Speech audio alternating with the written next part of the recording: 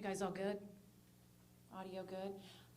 Thank you all for being here. My name is Natasha Barrett with Memorial Hermann. I just wanted to introduce who's going to be speaking with us today. Going from the left side of the table, your left, Dr. David Callender, who of course is our president and CEO of the Memorial Hermann Health System. In the middle, Dr. Angela Shippey, who is our Chief Medical and Quality Officer.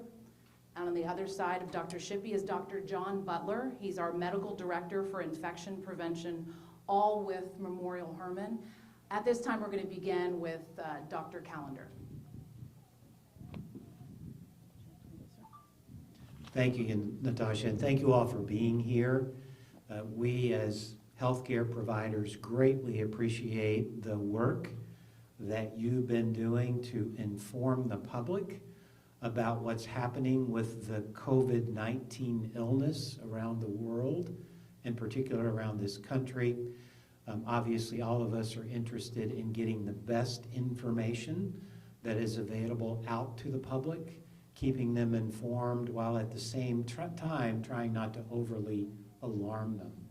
What we want to do today is to talk about Memorial Hermann's experience with some of these patients. We actually are currently treating patients who have tested positive for the disease. We know in Houston right now that there are 8 reported cases. It's not up to Memorial Hermann or the other health systems or other providers to make those reports. It's up to our public health authorities.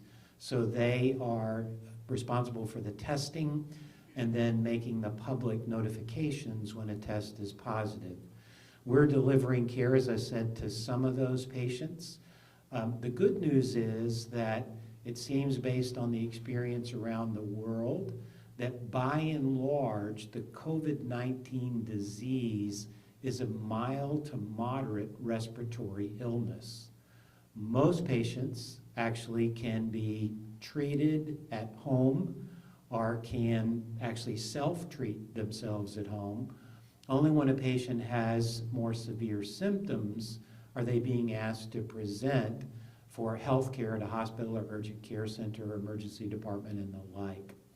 So we've seen those patients. We're using the Centers for Disease Control screening guidelines to screen all patients who are coming to one of our facilities.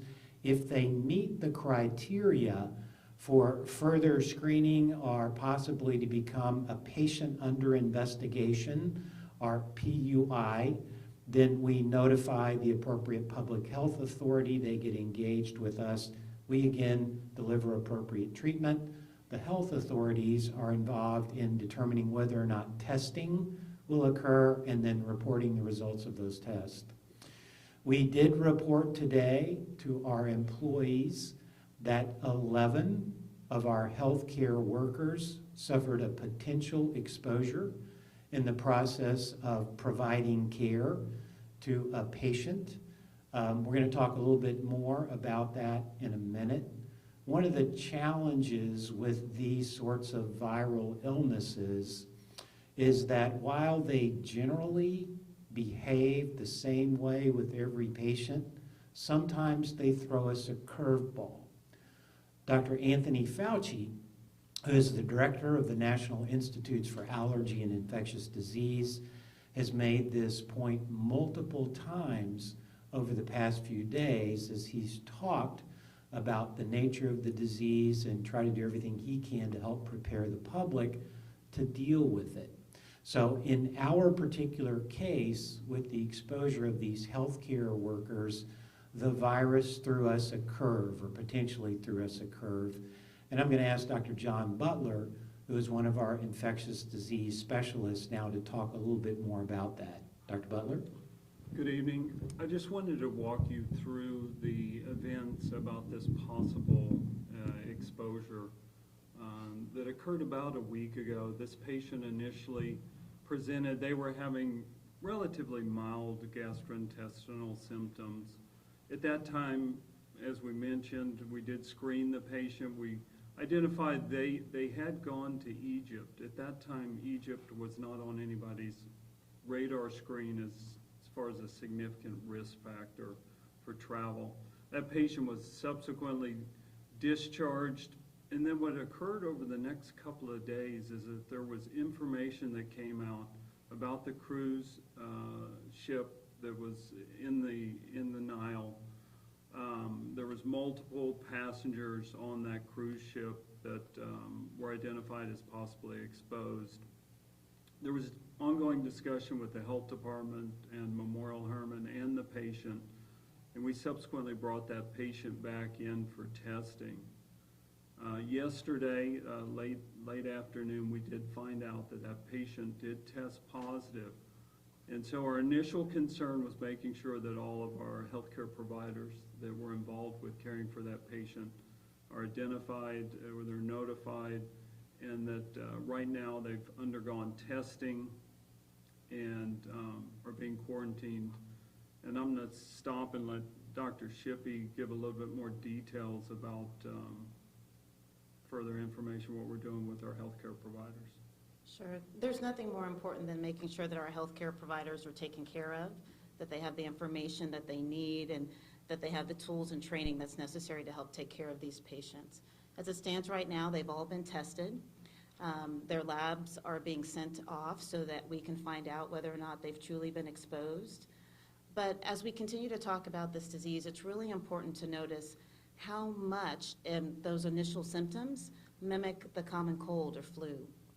80% of the patients who have COVID-19 have mild to moderate illness. They'll present with symptoms that are very similar to the cold: fever, cough, shortness of breath, malaise, and gastrointestinal symptoms.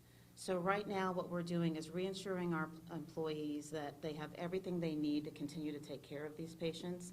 And we're taking this opportunity to really reinforce to the general public how incredibly important it is to follow all those normal hygiene, like washing your hands, not touching your face, cleaning off frequently touched surfaces, making sure that during this cold and flu season, as well as this time when we're talking about COVID-19, how important it is to follow those very simple procedures, because they go a long way in keeping somebody safe and making sure that they don't have COVID-19. Thank you, Drs. Butler and Shippey. So again, we are encountering the virus in the Houston community. There are 8 officially reported cases. Based on what we know from public health authorities, all of the cases reported in Houston thus far have a positive travel history. There's been a documented exposure during the course of travel. Some of our healthcare workers were potentially exposed to the virus when the patient with the virus presented with atypical symptoms and did not actually have a positive travel history according to the guidelines at the time. So we'll continue to use the screening guidelines. They are being updated as is appropriate by the Centers for Disease Control. We're very comfortable caring for the patients who are currently receiving treatment in our facilities. We treat them as we would any patient who has an infectious disease caused by a similar respiratory agent. So flu, measles, pneumonia, COVID-19, we treat them all the same in terms of isolation precautions, making sure that we do everything we can to protect our workers as well as people who are around those patients. And again, we feel we can do that safely moving forward. Like you, we will closely monitor the prevalence of the disease in the Houston community, and we'll certainly be adjusting our approaches as is recommended by the Centers for Disease Control as well as our public health authorities. So let us just stop there and see what questions you have. Which Memorial Hermann location was this? We're not at liberty to say, thank you. Isn't that up? Should the public know where this happened? Actually, I think the public should follow the guidelines that Dr. Shippey provided and have been regularly provided. But can you understand why people would want to know where this was? Well, certainly I can understand that, but again, we need to protect all of our patients and workers, and essentially the best thing for the public to do is to number one, be very concerned about the flu. Right now, it's still a more significant threat to health than is the COVID-19 illness in Houston. So you don't And self-quarantine for the flu? We don't self-quarantine for the flu right now. Again, that's under the guidance of the public health authorities. But the manifestations of the illness and the threat are about the same. So good hand washing, keeping an appropriate distance. If you believe somebody around you has a respiratory illness, it's recommended a 6-foot difference if somebody's coughing or sneezing. Frequently washing hands using the 20-second rule. That is about the amount of time it takes to sing happy birthday to you twice. So that's the guidance that we're giving patients.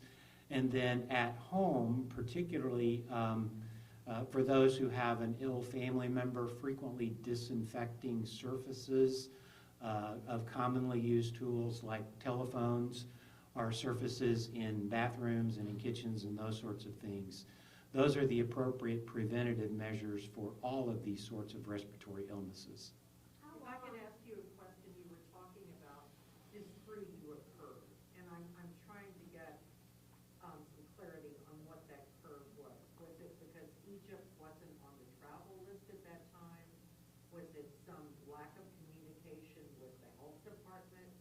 Anything that would have made this not happen with the exposure? I'll let Dr. Butler respond since he's very familiar with the precise screening guidelines. Yeah. Dr. Butler? I think the issue was this patient basically had very, very mild symptoms that were gastrointestinal. It has been reported that this is, one of the symptoms, but obviously respiratory symptoms are the most common. And I think it's important to recognize that we really think this is transmitted by respiratory droplets. The patient that we saw didn't have any of those, so we think the actual risk is less as far as transmission. And what I would add is it was just this week on a call from the CDC where they were talking about the experience of taking care of these patients in China versus the U.S.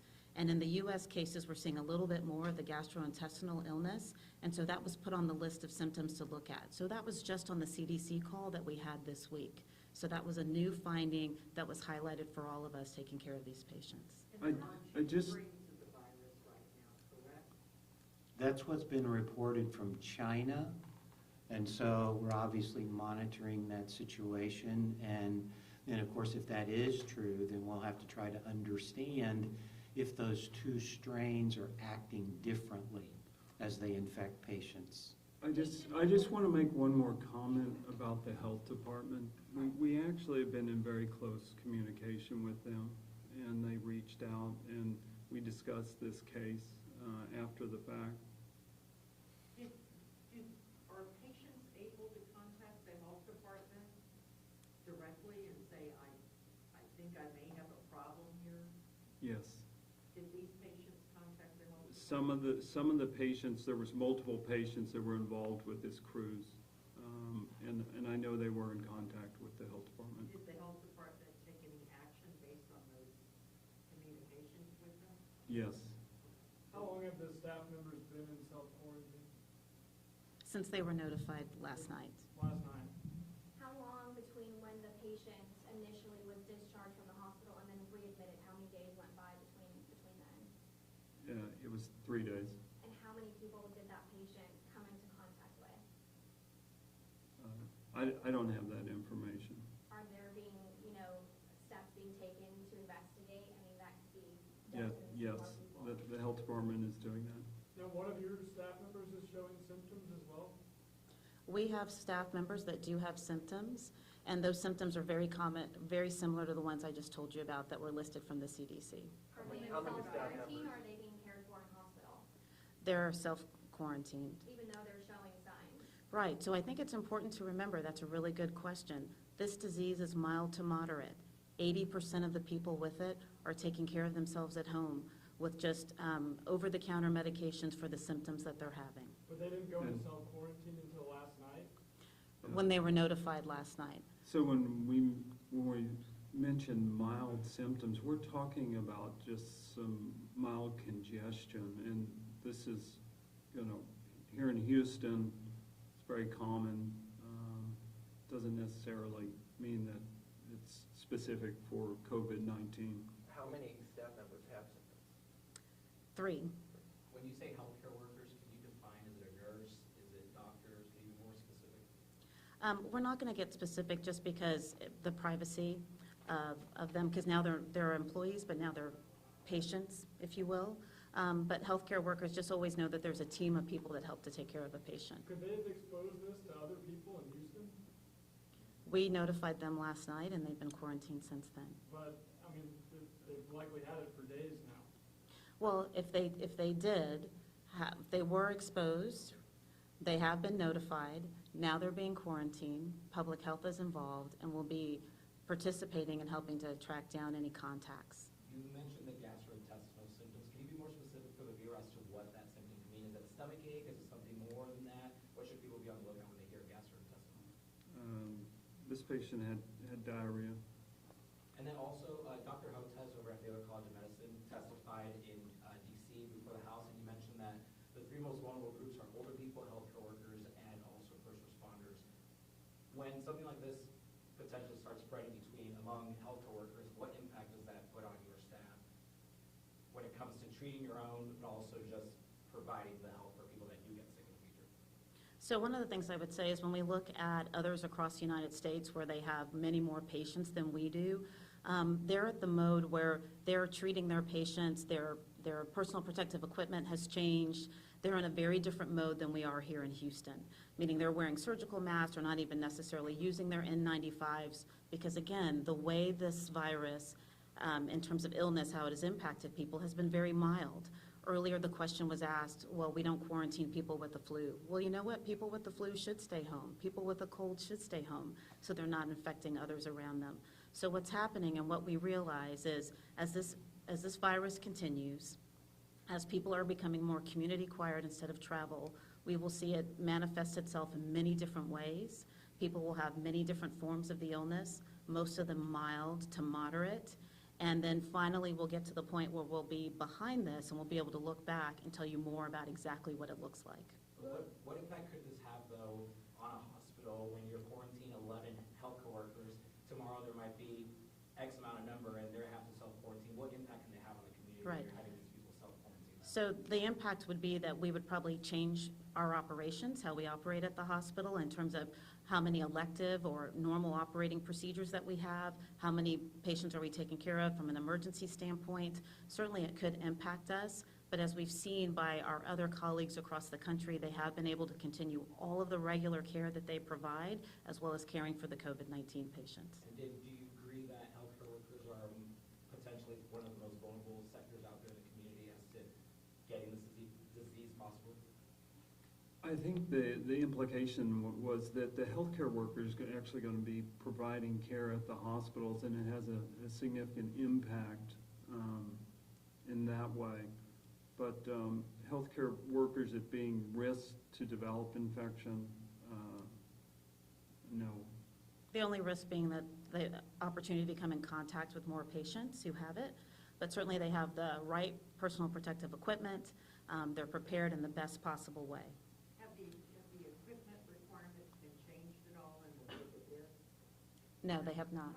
You also mentioned that you use the term community acquired, and I guess that hints at community spread.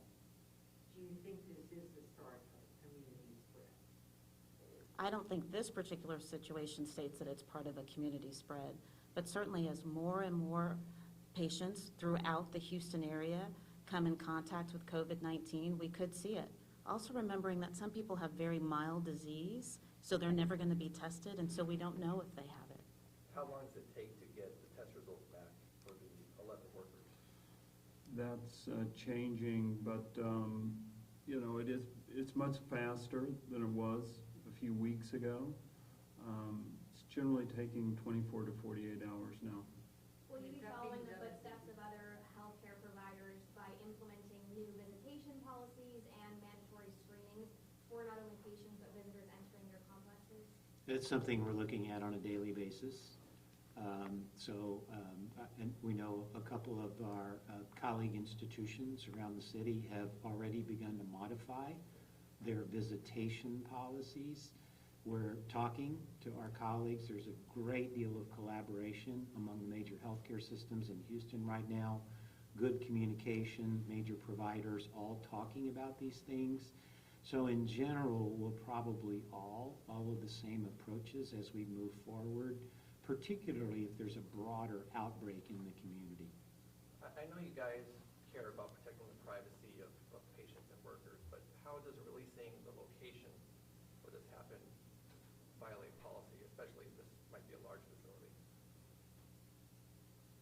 Well, we don't normally come out and tell you exactly where our patients are located, where they are in terms of their illness. We don't normally talk about those things because we want to protect their privacy, and we want to do the same in this situation as well. It appears that they're being treated at multiple of the locations, though, just because of it says facilities on there. Can that be assumed? Please make whatever assumptions you think are appropriate. We just can't confirm them. And then you mentioned that there's 8 reported cases in the Houston area, and that you guys are treating 1 patient. Can you give us an exact number as to how many patients are being treated by Memorial Hermann out of the 8? No, sorry. Can you understand the frustration from people though, wanting to know the location? Because there's a bunch of people on social media asking which hospital this occurred in. Understand, and you all can help us with that. Again, focusing on the nature of the disease, the fact that for most it will be a very limited, mild to moderate respiratory disease. It's not a high-risk situation other than for the high-risk populations, which you all have reported previously. In fact, based on what we know, it seems that a number of people could have the infection and never have symptoms. People have friends and relatives that might be high risk if they're not. We do understand your questions, and being in the media, I do understand that, but there's a thing called HIPAA, and because of this, they are bound by laws and legalities to answer those questions. And if you were a patient, you would want your privacy kept private, your information kept private, so that's what we have to do in this situation. We're going to wrap Q&A up right now. I wanted to give you the correct spelling of each name just for your stories later on. David, common spelling, Calendar, Callender. Angela, common spelling, Shippy, Shi, P as in Paul, Y, John, John, and Butler, common spelling. Natasha, can we say that only 1 patient's being treated, just 1 patient at Memorial Hermann? Is that an accurate statement, though, or multiple patients? I wanted clarification because at first, it said we're caring for several of those Yeah, patients. so we want clarification on that aspect, because right now it's just 1 patient being treated by Memorial Hermann. I'll leave it at several. We can leave it at several. And Okay. then And we can. not regarding HIPAA, the timeline is what I'm looking for. So when did this incident happen? When was the patient released? Then they were out for 3 days, they got back in, and then just last night, the healthcare workers were told to self-quarantine. Can you kind of nail down the exact? Yeah, and we can do that. I'm going to release these guys, and I'll talk with you. And some of those things might need to be addressed by the Houston Health Department as well, our partners over there. So we're going to help you with the timeline, but we're going to let these folks get back to their jobs because they have some things they need to attend to. So we really do appreciate it, and we're going to work to answer your questions. Thank you. Thank you all. Thank you. Thank you.